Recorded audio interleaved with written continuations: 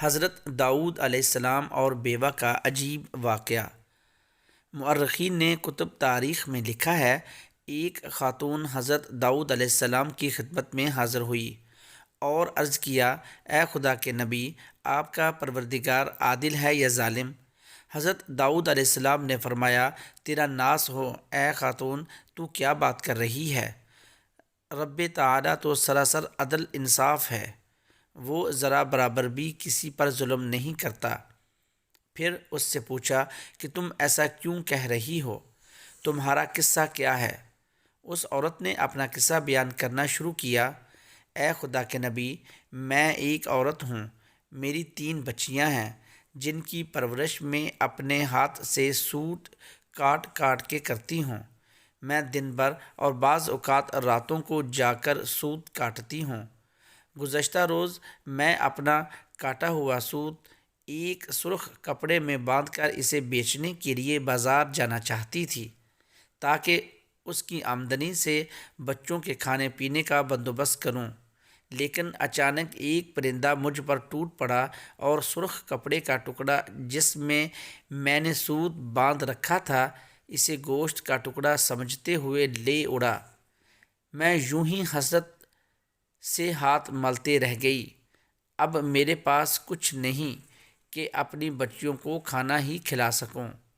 ابھی وہ خاتون حضرت داؤد علیہ السلام سے اپنی داستان بیان کر رہی تھی کہ اتنے میں آپ کے دروازے پر دستک ہوئی۔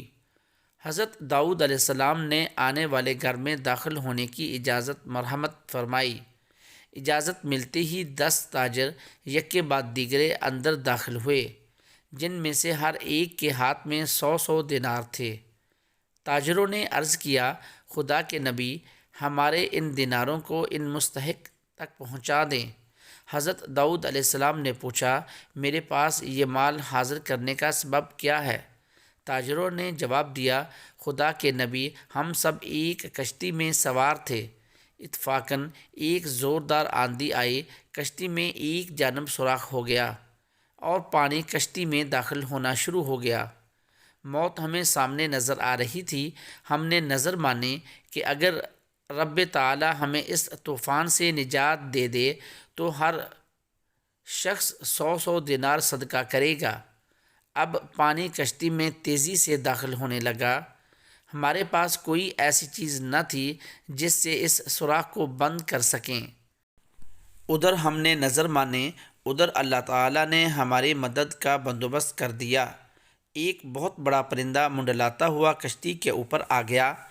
اس کے پنجے میں ایک سرخ رنگ کی پوٹلی تھی۔ اس نے دیکھتے ہی دیکھتے پوٹلی کشتی میں پھینک دی۔ ہم نے لے کر اس پوٹلی کو پکڑا، اس میں کاٹا ہوا سوت تھا۔ ہم نے فوراً اس سے کشتی کا سوراخ بند کیا اور اس میں داخل شدہ پانی کو ہاتھوں سے باہر پھینکنا۔ تھوڑی دیر بعد طوفان تھم گیا اور یوں ہم موت کے منہ سے واپس آئے ہیں۔ اب یہ صدقے کی رقم آپ کے ہاتھوں میں ہے، آپ جسے چاہیں اسے دے دیں۔